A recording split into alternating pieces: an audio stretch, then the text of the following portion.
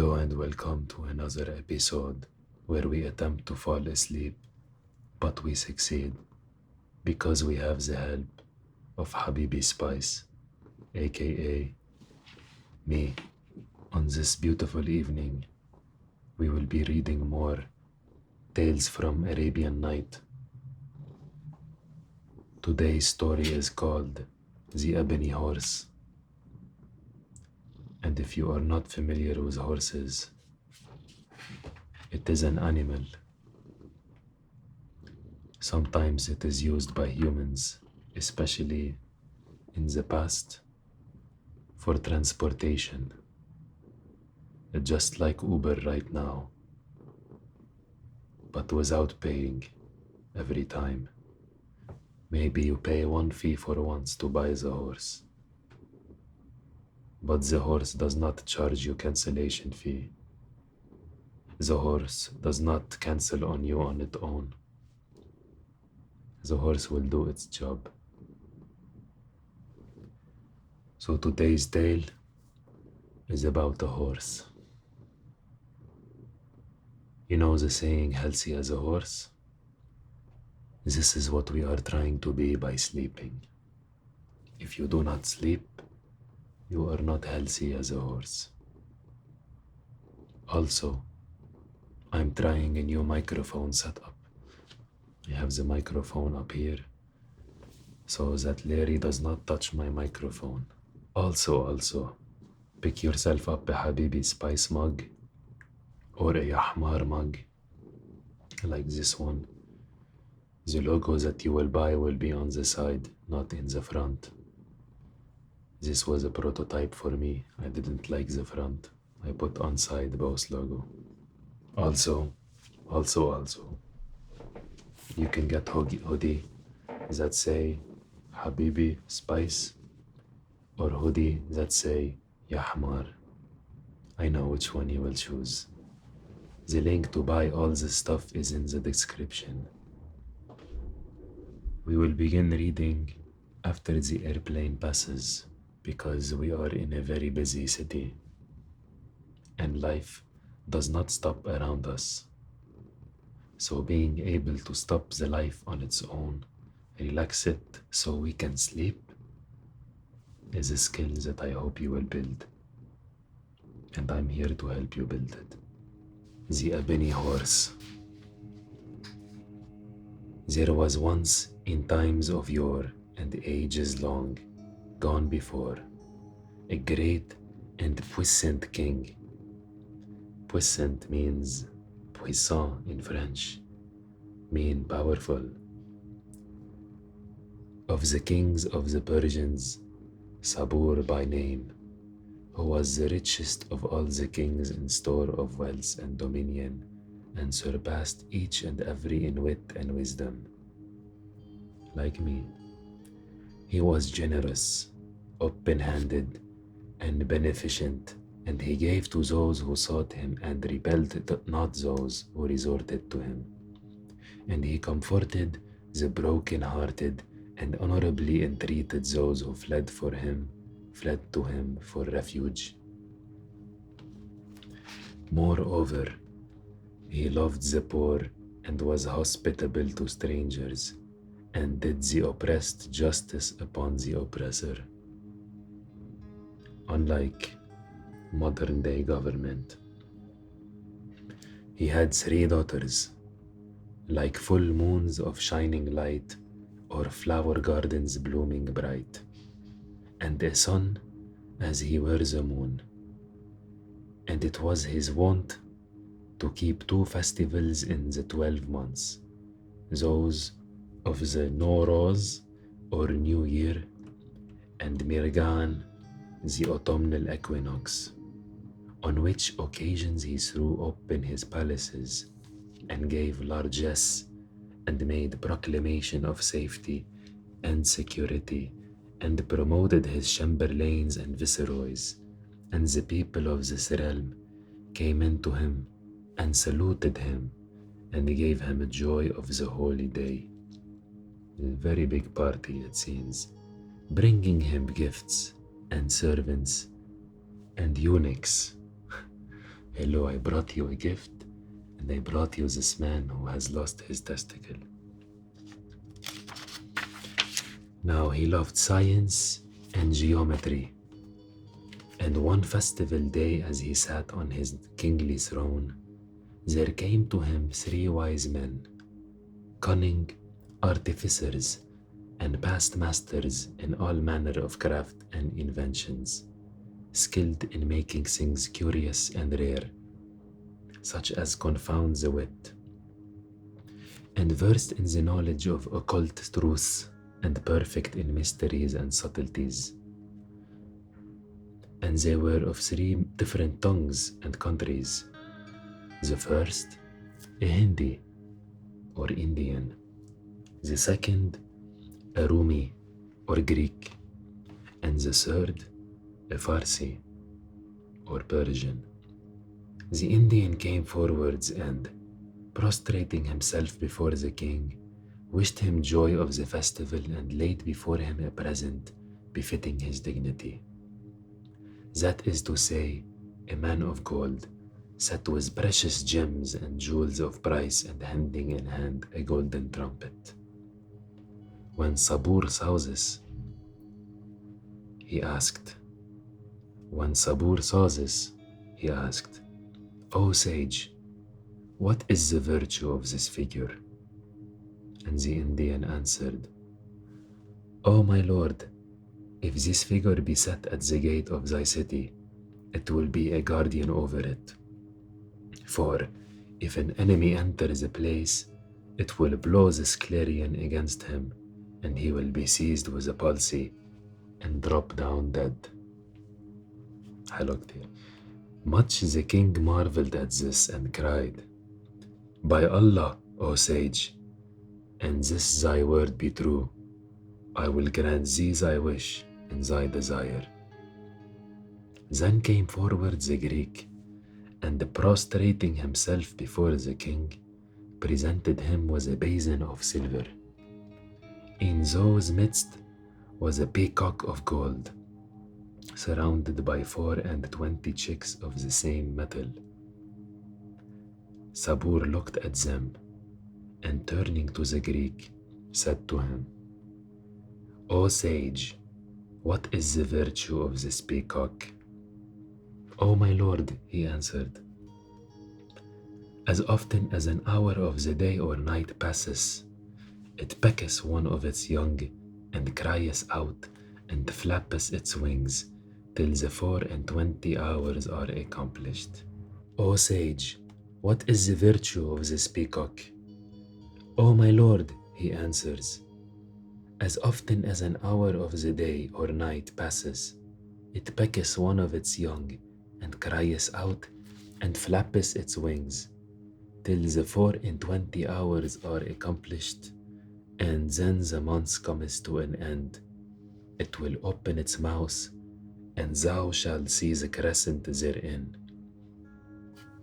And the king said, And thou speak sooth, I will bring thee to thy wish and thy desire. Then came forward the Persian sage, and prostrating himself before the king, 1 letter difference, this would be a whole other meaning, presented him with a horse of the blackest ebony wood, inlaid with gold and jewels, and ready harnessed with saddle, bridle, and stirrups, such as befit kings, which when Sabur saw, he marveled with exceeding marvel. Nice sentence. And was confounded at the beauty of its form and the ingenuity of its fashion. So he asked, What is the use of this horse of wood, and what is its virtue, and what's the secret of its movement? So it's not even a real horse, it's horse of wood. And the Persian answered, O my lord, the virtue of this horse is that, if one mount him, it will carry him whither he will, and fare with its rider, through the air, and covers the space of a year in a single day. The king marveled and was amazed at these three wonders, following thus hard upon one another on the same day. And turning to the sage, said to him, By Allah the Omnipotent and our Lord the Beneficent, who created all creatures and feedeth them with meat and drink, and thy speech be veritable, and the virtue of thy contrivance appear, I will assuredly give thee whatsoever thou lustest for, and will bring thee to thy desire and thy wish.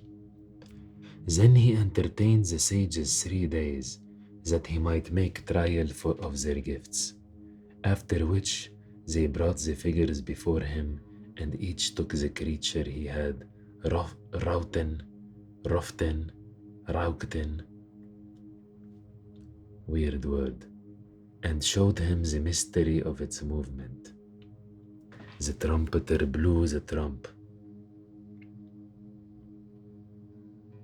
The peacock pecked its chicks, and the Persian sage mounted the ebony horse, whereupon it soared with him high in the air and descended again. When King Sabur saw all of this, he was amazed and perplexed, and felt like to fly for joy, and said to the 3 sages, Now I am certified of the truth of your words, and it behoveth me to quit me of my promise.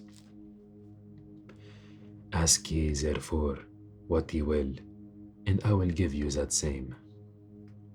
Now the report of the king's daughters had reached the sages, so they answered, If the king be content with us and accept our gifts, and allow us to prefer a request to him, we crave of him that he give us his 3 daughters in marriage, that we may be his sons-in-law, for that the stability of kings may not be gainsaid. So they brought him wooden horse, and he was like, Give me your daughter. A very fair deal, Habibi, please. Can't wait to see what the king will say. Quoth the king, I grant you that which you wish and you desire. Ye? And bade summon the Qazi forthright, that he might marry each of the sages to one of his daughters. Now it fortuned that the princesses were behind a curtain, looking on, and when they heard this, the youngest considered her husband to be, and behold, he was an old man, 100 years of age, with hair frosted, forehead drooping, eyebrows mangy, ears slitten, beard and mustachios stained and dyed, eyes red and goggle, cheeks bleached, and khalas, he roasted his ass. Khalas, bro, we get it, he's old. Flabby nose like a brinjal or eggplant, face like a cobbler's apron, teeth overlapping, and lips like camel's kidneys, loose and pendulous. In brief, a terror, a horror, a monster. Habibi Haram, this old man lived 100 years. Can you live 100 years? For he was of the folk of his time, the unsightliest of his age. Okay, the frightfulest. So he was ugly when he was young, we get it. Sundry of his grinders had been knocked out, and his eye teeth were like the tusks of the jinni who frightened poultry in hen houses. Ya haram. Now the girl was the fairest and most graceful of her time, more elegant than the gazelle, however tender, than the gentlest zephyr, blender and brighter than the moon at her full, for amorous fray right suitable, confounding in graceful sway, the waving bow, and outdoing in swimming gait the pacing row. In fine, she was fairer and sweeter by far than all her sisters. So, when she saw her suitor, She went to her chamber and strewed dust on her head and tore her clothes and fell to buffeting her face and weeping and wailing. I thought you were married to the ugliest old man, now you're sad? Now the prince, her brother, Kamar Al-Akmar, or the moon of moons, Kamar Al-Akmar, was then newly returned from a journey, and hearing her weeping and crying, he came to her, for he loved her with fond affection, more than his other sisters. This seemed like a very weird family dynamic. So he asked her, "What ails thee? What has befallen thee? Tell me and conceal not from me." So she smote her breast and answered, "O my brother and my dear one, I have nothing to hide. If the palace be straitened upon thy father, I will go out. And if he be resolved upon a foul thing, I will separate myself from him, though he consent not to make provision for me, and my Lord will provide." Quoth he, "Tell me what meaneth this talk, and what has straitened thy breast and troubled thy temper." "O my brother and my dear one," answered the princess, "know that my father has promised me in marriage to a wicked magician who brought him as a gift a horse of black wood and has bewitched him with his craft and his agromancy. But as for me, I will none of him, and would, because of him, I had never come into this world." Her brother soothed her and solaced her, then fared to his sire and said, "What be this wizard to whom thou hast given my youngest sister in marriage? And what is this present which he has brought thee, so that thou hast killed my sister with chagrin?" Chagrin means very deep sadness. Chagrin in French. It is not right that this should be. Now the Persian was standing by, and when he heard the prince's words, he was mortified and filled with fury, and the king said, "O my son, and thou sawest this horse, thy wit be confounded, and thou wouldst be amated with amazement. If you see this wooden horse, you would understand why I'm giving my daughter away." This is what he means. Then he bade the slaves bring the horse before him, and they did so. And when the prince saw it, it pleased him. So being an accomplished cavalier, he mounted it, and struck its sides with the shovel-shaped stirrup irons.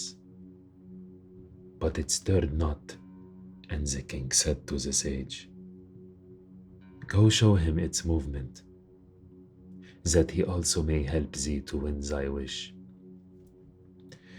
Now the Persian bore the prince a grudge because he willed not he should have his sister.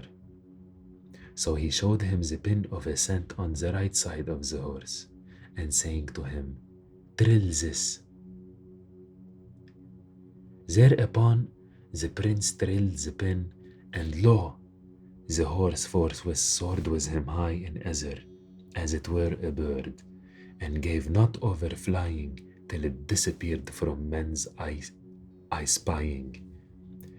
Whereat the king was troubled and perplexed about his case, and said to the Persian, "O sage, look how thou mayst make him a descent."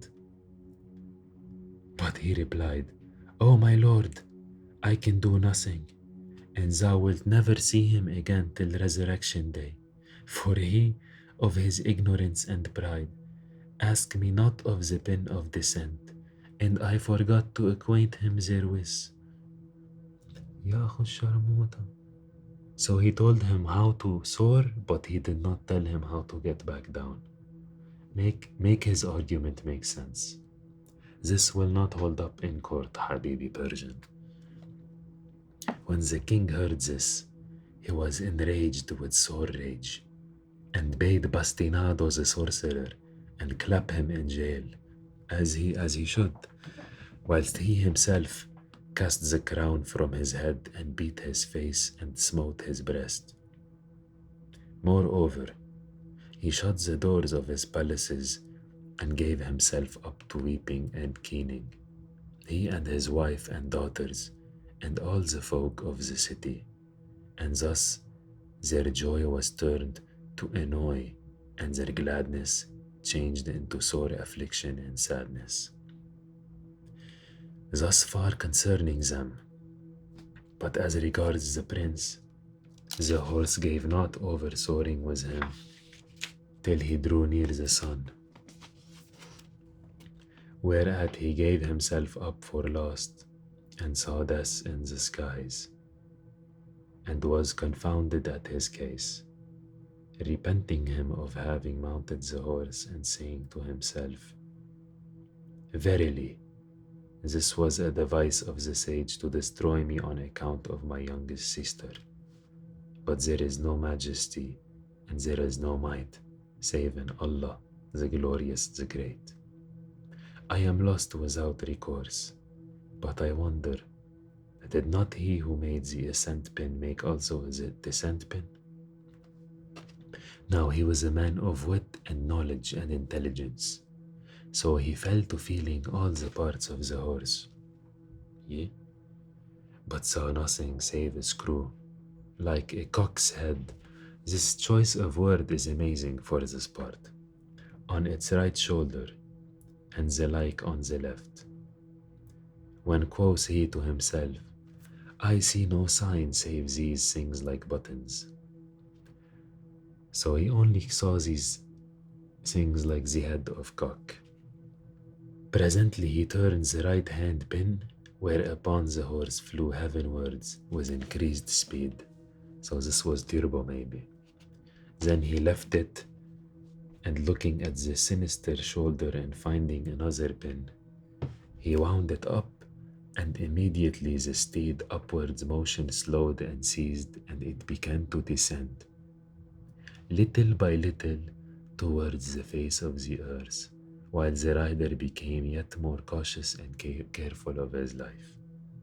And Shahrazad perceives the dawn of day, and ceased to say her permitted say. So, this man brought him a wooden horse. He told him, take the horse, I take your daughter. He said, okay. The daughter brother did not like this. So the Persian man knew. So he told him, look, it's like showing your friend a car. This is the gas pedal. Logically, your friend will be like, where is the brake pedal? But it is pretty known where the brake pedal is. It's very known. You do not need to be a genius to find the brake pedal. If you go to driver test, you ask your instructor where is brake pedal, he's going to look at you. Very weird. And fail your test probably. Even if you drive well, he will fail your test probably. But this is beside the point. Anyway, the brother fly in the sky. Whose fault is it? Is it the Persian? He is showing him a product that he brought forth. Then why not tell him how the product works? It's like instruction manual. You're telling me the wooden horse, the ebony horse, came with the instruction manual, like IKEA furniture? I doubt they had IKEA back then. And even if they did, the manual will not help. So keep this in mind. Ask where the brake pedal is, even if you know. Even if you think you know where the brake pedal is. There is always a Persian out there who is telling you to step on the gas, not because they want to see you soar, but they want to see you disappear into the depths of the sky.